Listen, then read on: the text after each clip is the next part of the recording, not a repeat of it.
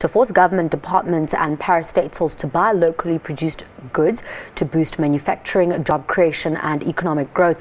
The call was made at a meeting between the Gauteng government and manufacturing industry players to discuss urgent interventions to stop the downward spiral of the local manufacturing sector.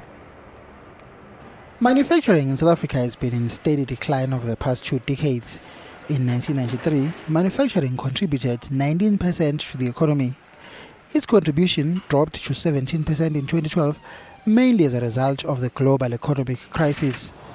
The decline of the country's industrial base, along with the number of people employed, has continued over the past 2 years. Manufacturing's contribution to the overall economy now stands at 15%. Gauteng remains the powerhouse of manufacturing, along with mining in South Africa. Now the Gauteng government has brought together manufacturing industry players to discuss what needs to be done to stem the tide. Intermittent supply of energy is a definite factor on the production side.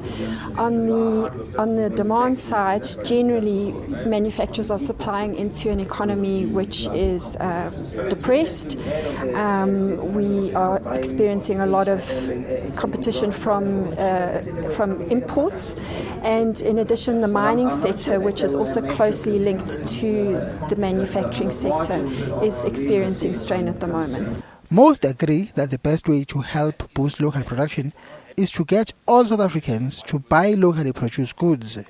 We can only see improvements if we first and foremost change the mindset of the country.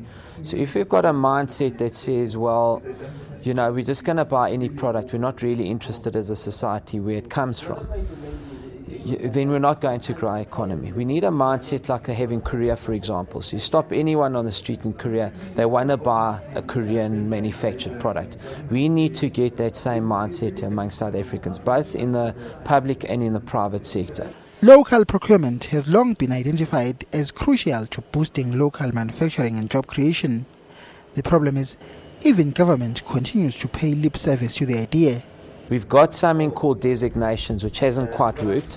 I think what we need to do is we need to tighten the regulations around designation so that if departments or line ministries or officials or whoever it might be are not procuring locally and a tender has been designated, that there's accountability held, either through the Auditor General or by some inclusion in a process where, you know, there is that accountability brought to fore.